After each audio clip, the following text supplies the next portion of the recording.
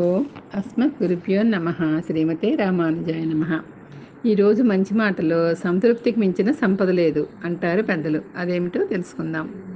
ఒక సాధువు గారు ఊరు తిరుగుతూ తిరుగుతూ ఒక పెద్ద నగరానికి వచ్చారు. అక్కడ వీధుల్లో నడుస్తూ ఉంటే నేలపై పడిన ఒక నాణెం అతని కంటపడింది. సాధువు వంగి ఆ నాణ్యాన్ని తన చేతుల్లోకి తీసుకున్నాడు. ఆ నాణెం వల్ల అతడికి ఏం ఉపయోగం లేదు. ఉపయోగం లేకపోవటమే కాదు, అసలు అతనికి అవసరమే లేదు. సాధువు దగ్గర చాలినంత నాణాలు ఉన్నాయి. ఆ నాణెం వల్ల సరుకులేంటి ఏమైనా కొనాలని ఆలోచించడం లేదు.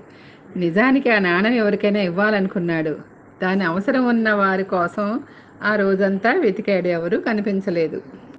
సాధువుకి చినిగిన బట్టలు కట్టుకున్న కొందరు ఎదురైనా వాళ్ళంతా ఎంతో సంతోషంగా ఉన్నారు తప్ప ఎవరిని చేయి చాచి యాచించడం లేదు. ఇది చూచి సాధువుకు చాలా సంతోషం వేసింది. ప్రజలు సంతృప్తిగా ఉండటం చూచి అతనికి ఎంతో ఆనందంగా అనిపించి ఆ రోజు రాత్రి అక్కడే ఒక చోట విశ్రమించాడు. తెల్లారి సాధువు నిద్ర లేవగానే ఆ దేశాన్ని పాలిస్తున్న రాజు తన సైన్యంతో పక్క రాజ్యంపై దండెత్తటానికి వెళుతూ కనిపించాడు. రాజుగారు బలగాలు సాధువుని చోటికి రాగానే రాజుగారు వారిని ఆగమని సైగ చేసి తాను రథం నుంచి దిగి ఆ సాధు పొంగనకు నమస్కరించాడు. ఓ సాధు పొంగవ, రాజ్య విస్తీరణ కోసం నేను దండయాత్రలకు వెళ్తున్నాను.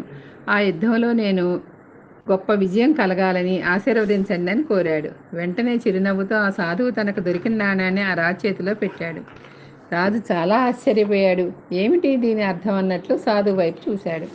సాధువు చిన్నగా నవ్వి, ఓ మహారాజా, ఈ నాణెం మీ రాజ్యంలోనే నాకు దొరికింది. దీని అవసరం నాకు లేకపోవటం చేత అవసరం ఉన్న వాళ్ళకి ఇవ్వాలని నిన్నటి రోజంతా వెతికాను. అలాంటి వాళ్ళు ఒక్కరూ ఈ రాజ్యంలో కనిపించలేదు. అందరూ చాలా సంతృప్తిగా కనిపించారు. ఉన్నదాంతో తృప్తి పడకుండా ఇంకా ఏదో కావాలని ఆరాటపడుతున్న వ్యక్తి మీరొక్కరే నాకు కనిపించారు. అందుకే ఈ నాణ్యం మీకు ఇచ్చానని చెప్పాడు. సాధువు చెప్పిన దాంట్లో అంతరార్థం గ్రహించి రాజు తన దండయాత్రల ఆలోచన మానుకొని విరమించుకొని వెనుదిరిగాడు. దీనిలో నీతి ఏమిటంటే, నిరంతరం ఉన్నదానితో తృప్తి పడక ఏదో ఒక దానికోసం ఆరాటపడుతూ ఆశపడుతూ మదన పడుతుంటే మన చేతిలో ఉన్నదాన్ని అనుభవించే అవకాశం ఉన్నా అనుభవించే భాగ్యం కోల్పోతాం. ఈ సత్యం తెలుసుకొని వారు ఎంత ఉన్నా ఏమి ఉన్నా ఎన్ని ఉన్నా కూడా చివరకు ఏమీ లేని వారే అవుతారు. అందరూ తృప్తిగా సంతోషంగా ఉండాలని కోరుకుందాం. సర్వే జనా సుఖినో భవంతు, లోకా సమస్త సుఖినో భవంతు. సర్వం శ్రీకృష్ణార్పణమస్తు. జై గోవింద.